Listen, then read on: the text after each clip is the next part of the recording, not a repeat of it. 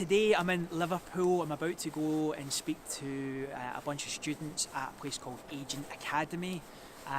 They're all trying to break into the digital and creative sector, so we're going to go and speak to them, have a good chat and see what it's all about.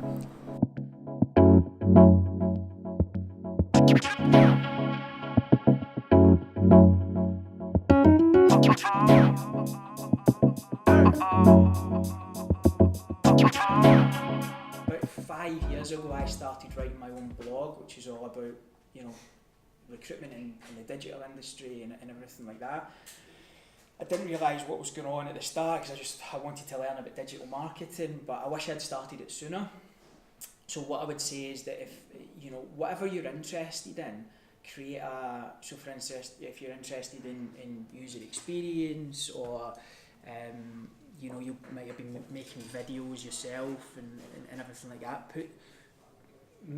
get a website for yourself or a blog or something where you can kind of showcase what you're into and what you're all about, because it can be the differentiator between you going for a job, and if you're down to the last two, it's a really good way to differentiate yourself because it shows that you're super proactive in what you're trying to do, and that you could be into creative writing or video or UX or illustration. It doesn't really matter. If you've got somewhere where you can showcase your skills or what you're interested in, then that could be the deciding factor between you getting a job over someone else. It's also a good thing when people do look you up on social media that they'll find that, and obviously it's a good thing to have in like your CV when you're applying for jobs and stuff as well.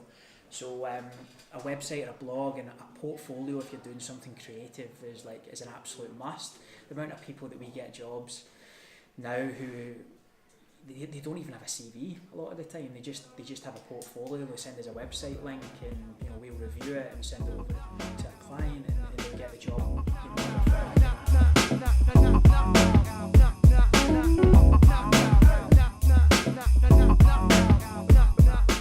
Anyone who's doing sort of create or interested in particularly the creative side of things, try and pick up, even if it's initially unpaid, but small freelance jobs that you can use as an example on your portfolio. So a lot of the times people are kind of they struggle with how to start their portfolio if they've never had a job. What I would say is do stuff for like family members or people you meet at these meetup groups. Get together with them. Do small scale freelance jobs, even if it's unpaid, just to build your CV.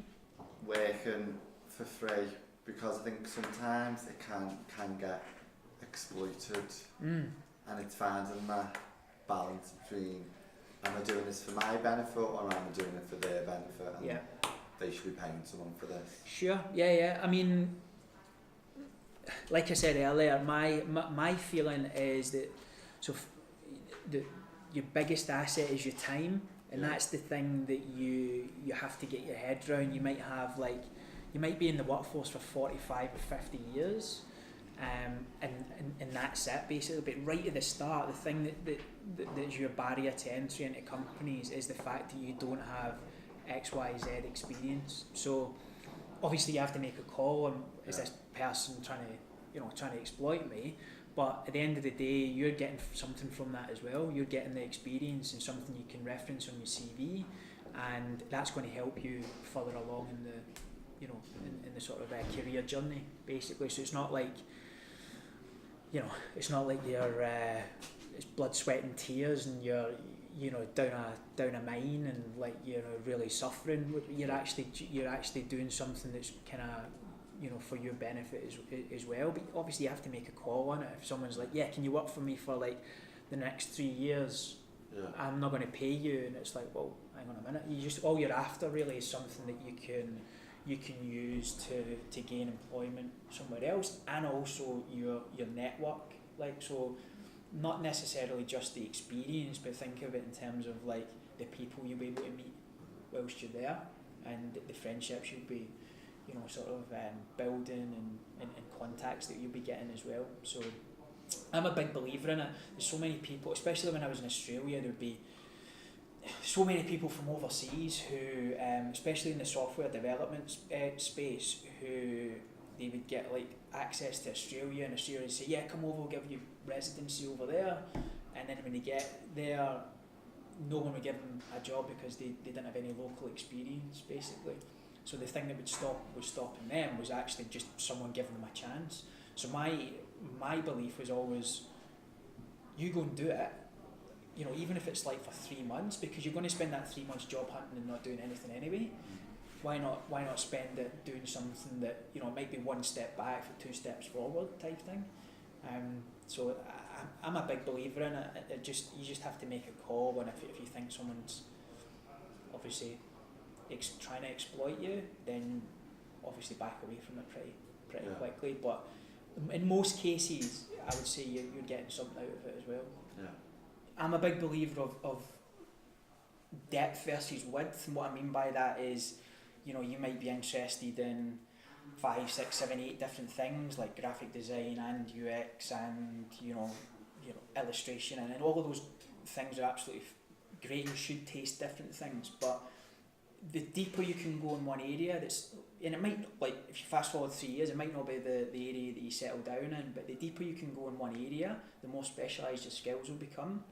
And if you just pick one area and go very deep in it, you'll have a much better chance of building your reputation and getting into companies as well, because when someone's applying for jobs, if they're a jack of all trades, you line that person up against someone who's a deep specialist in one, and the deep specialist will get the job.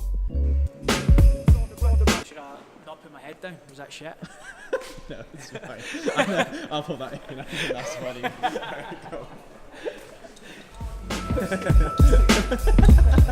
So that went well.